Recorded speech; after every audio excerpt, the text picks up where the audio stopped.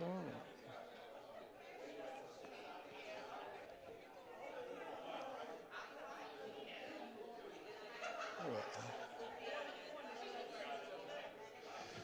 right.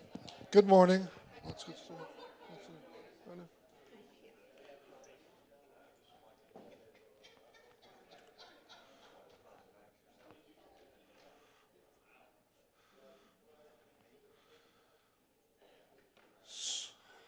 So today is our third lesson on the topic of how do we know that the gospel accounts look like eyewitness accounts.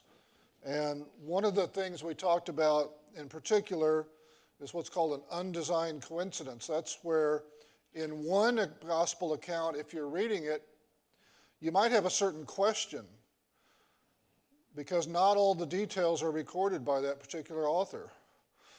And if you read elsewhere in that same gospel, you don't really find the answer to the question. But when you look at a different gospel, a different eyewitness with a different subset of the details that stuck in his mind, records it, and he unintentionally answers that question that you might have had. And it's not, obvious at first.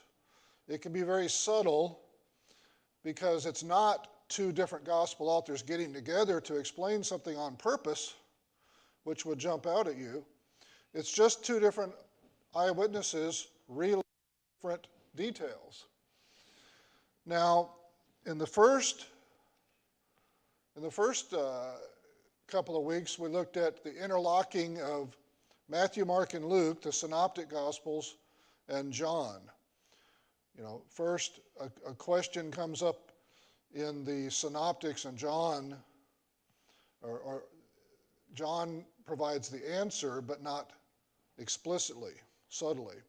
And then we looked at the other direction too. Today we're going to look at different synoptic gospels, basically answering the questions that the other ones would cause you to have. So you might be reading one of these three and have a question and look in the other three. And at the end today, we're going to have a more interesting example, I think, where you have a question from one of these Gospels, and then you get a little bit of a hint from the book of Romans, of all places. And then we have archaeology evidence that comes in on our final example today, so that Gospels and Romans and archaeology all come together to explain something. This is something I talked about briefly last summer, which is that there's this passage where Herod Antipas is talking to his servants. He's heard about these miracles that Jesus is performing, and he says, it must be John the Baptist raised from the dead, because he's feeling guilty about having had John the Baptist executed. And last summer I looked at where do the gospel writers get their sources? How would a Christian gospel author know what Herod said inside his palace to his servants? Well, the answer comes in a different gospel, in a different place, because in Luke, it records all of the affluent women in chapter 8 at the beginning who supported Jesus' ministry with their money. And in the list of women who supported it was Joanna, the wife of Chuza. And Chuza is identified in that verse as the steward of Herod. The steward is at the king or governor's side all the time. And I think that in many places they were also the food taster, who guaranteed that you didn't poison the king or the governor. And so in the palace, the steward is there waiting on the king at his side all the time. So how can you get inside information out? Matthew doesn't explain it, but Luke tells us how, because the steward's wife was one of the early Christ followers. And so it actually makes sense. The question is answered. Now, We've talked before about the feeding of the 5,000. Every week, the different accounts of the feeding of the 5,000 have raised questions and answered the other questions. And we have this interesting statement in Matthew 11 where Jesus pronounces judgment. Woe to you, Chorazin! Woe to you, Bethsaida! For if the miracles that were done in you had been done in Tyre and Sidon, they would have repented in sackcloth and ashes long ago. But as you read through Matthew, you might ask, what miracles were done in Bethsaida and Chorazin? Chorazin, if you look in your concordance, isn't even mentioned outside of this quote by Jesus. But we do know geographically it's very close to Bethsaida. Bethsaida is only mentioned once in Matthew, right there in this passage. So if you're reading Matthew, you might think, so what are these messages, or these miracles that have been done in Bethsaida and neighboring Chorazin that causes Jesus to pronounce this judgment? What miracles is Jesus referring to here? Well, Bethsaida isn't mentioned elsewhere in Matthew. But in Luke, we find that the apostles and Jesus are in Bethsaida, and there are all these crowds, which we mentioned last week. Why are there these crowds coming and going? Because it was right before the Passover, and pilgrimages are going through to Jerusalem. And so Jesus says in the middle of these crowds, let's get out of these crowds. And they go just outside of Bethsaida, and that's where the feeding of the 5,000 takes place. So the 5,000 came from, those people, those 5,000 men, came out of Chorazin and Bethsaida and any nearby town. So the question, why is Jesus saying that they should have recognized the miracles he did in their midst? Because earlier there had been a feeding of the 5,000, but you can't get that just by looking in Matthew. You have to piece together Matthew and Luke. And obviously, Matthew and Luke aren't trying to explain each other. They're not coordinating here, right? Matthew's just recording the judgment that Jesus pronounced, and Luke is just recording. They were in Bethsaida. They went outside. People sat down. They needed food. Feeding of the 5,000. Now there's another interlocking with the feeding of the 5,000. This is about the fourth one because it's in every gospel. And every gospel author gives different details. In John 6:5, Jesus turns to Philip and says, where can we get food for all these people? Well, now it's a rhetorical question, right? Jesus knows we're not going to get food for all these people.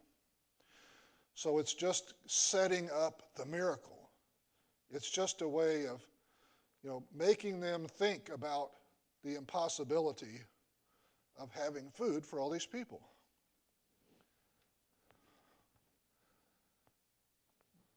But John records more names of apostles, Philip and Andrew and Thomas and so on. Often the other Gospels will just say, he said to his disciples, or the disciples asked him, and don't give any names, but John tends to give names. He remembers who said what, who was asked what. So this is a subtle question. Why would Jesus ask Philip? There are 12 apostles there. Why ask Philip, where are we going to get food for all these people? Well, once again, we put together three Gospels here. From Luke, we know that they were just outside Bethsaida. And then when we go much earlier to a totally different story in John, where Jesus is calling the apostles, it says, Philip was from Bethsaida, also the hometown of Andrew and Peter. So Philip is familiar. So he's basically saying, Philip, you're from around here. Where would you get food for all these people? He's not going to pick somebody from outside of Bethsaida. If he picks on anybody in particular to ask the question, he's going to get somebody from Bethsaida. Now, this is a really interesting example, and then we'll end early here, but this takes a little bit of setting up. When Jesus is carrying his cross, it says, Jesus had been beaten and tried and so on for all night long. He's stumbling under the weight of carrying the cross. And by the way, we're pretty sure that the word cross in this case refers to what we would call the cross beam. They made, you got to the side of the crucifixion, they nailed your wrists to that cross beam and then lifted you up. And that's why often you see in the Bible, nailed to the cross and lifted up on the cross are two different things. The cross beam, they would make someone carry. And how do you carry a big cross beam, a great big heavy thick piece of wood? Well, they put it behind your head, and you have your arms up and you walk with that thing behind your head. So what happens if you stumble? You can't catch yourself, can you, with your hands? Well, you just face plant, on your way there. Yeah. You're in a helpless position there. Jesus is stumbling under that cross, and in Mark 15:21 it says, the cross was forced on, quote, Simon, a Cyrenian, the father of Alexander and Rufus. Now, one thing that should jump out at us is, if you picture this situation, why are we getting the names of people? I mean, first of all, if it were not an eyewitness account, if somebody were making this up 50 years later or something, they're not going to be, clever enough to say, hey, let's claim that his name was Simon.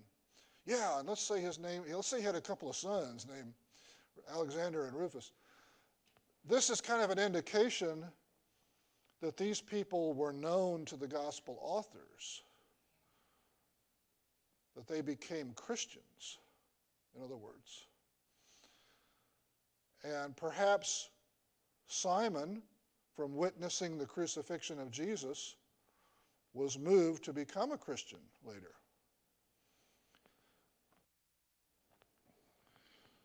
Now, a Cyrenian means he's from Cyrenaica. That's modern-day eastern Libya, just west of Egypt. And there was a large Jewish community in Cyrenaica. And so people from out in the Jewish scattering, the diaspora, would come on pilgrimages to Jerusalem, right? And when would they come? Well, at times like Passover. And this is Passover week. They would make a pilgrimage to Jerusalem quite often. Why mention the sons? Why mention him by name? There's got to be a Christian connection here. Well, the first thing we notice is when Paul is signing off the letter to Romans, greet this person, he goes on quite a long time in chapter 16 of Romans, naming different people in the Roman church. He says, greet Rufus, chosen in the Lord, also his mother and mine. So Rufus is like family. I think he's saying that Rufus's mother is like a mother to him. And Rufus is the name of someone living in Rome who's a Christian. Now, Rufus was a Latin name, a Roman name. And quite often back then, people had both their Roman Empire name and their Jewish name if they were Jews. For example, when Saul of Tarsus started being called Paul, he probably had the Roman name Paul or Paulus his whole life, but he didn't go by it. He went by his Jewish name, Saul. But then, in his own mind, he probably associated his Jewish name with his persecution of the Christians. And he didn't want to go by that name anymore. He didn't want to have a Jewish name anymore. He wanted to have in a sense, the more Gentile name, because he became the missionary to the Gentiles. And so it was appropriate for him to stop calling himself Saul, start calling himself Paul. Rufus is one of these Roman names, even though this was a Jew at first.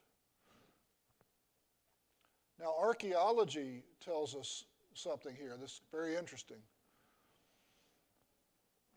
In about 1941, in the Kidron Valley south of Jerusalem, some tombs were discovered. And in one case, there was a tomb chamber where the stone that sealed up the tomb was still there. It was still hidden, which means that unlike most tombs, it hadn't been robbed. That was typical, when the archaeologists find a tomb, it's all been cleaned out, But this one had not been robbed. And finally, in 1962, they published their description of all of these tombs that they had found. Now, there was one tomb chamber that hadn't been disturbed that had ossuaries. Ossuary means basically a bone box. You remember when Lazarus died, they put his body in a cave. They'd come back after a year or so when there was nothing left but bones, and they would take the bones and put them in a much shorter box. That's how they buried people. There were a couple of dozen ossuaries inside this one cave, this one tomb chamber, and they were all from one big extended family. And they had their names engraved on them. Now, a few of the names, like Simon. Simon was apparently one of the patriarchs of this family because there was a daughter of Simon and son of Simon and so on. Simon's, of course, a Jewish name. But out of all the names in there, about a dozen of them were not common in Palestine, but they were common names in Cyrenaica over in North Africa. And so the archaeologists who catalog these things to know what region we're talking about said this is very unusual because very few people from Cyrenaica are buried over here in Palestine. So we have all these Cyrenaica names, but we're south of Jerusalem in the desert. So what is this family from Cyrenaica? Well, there's an ossuary, a bone box, and inscribed on it was Alexander, son of Simon. There was also a sister named Sarah, son of Simon. And that's kind of interesting because Sarah, we think, well, that's a Jewish name, right? That's an Old Testament name, Abraham and Sarah. But for some reason, when you catalog these burials, Sarah had become an uncommon name in Palestine among the Jews. Don't know why. You would think it'd be one of the most popular ones around. But instead, names like Mary were much more common.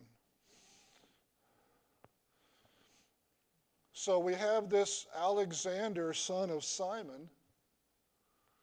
And the scholars, even Jewish scholars who have no particular affinity for the gospel messages have said, when you look at the rareness of these names, and then you combine them, this Alexander, son of Simon, is almost certainly the one we read about in Mark chapter 15.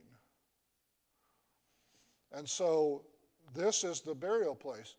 But there's no Rufus in there. And that actually fits what we saw, right? Because Rufus is in Rome. Rufus lived out the rest of his life in Rome, as seen in Romans chapter 16.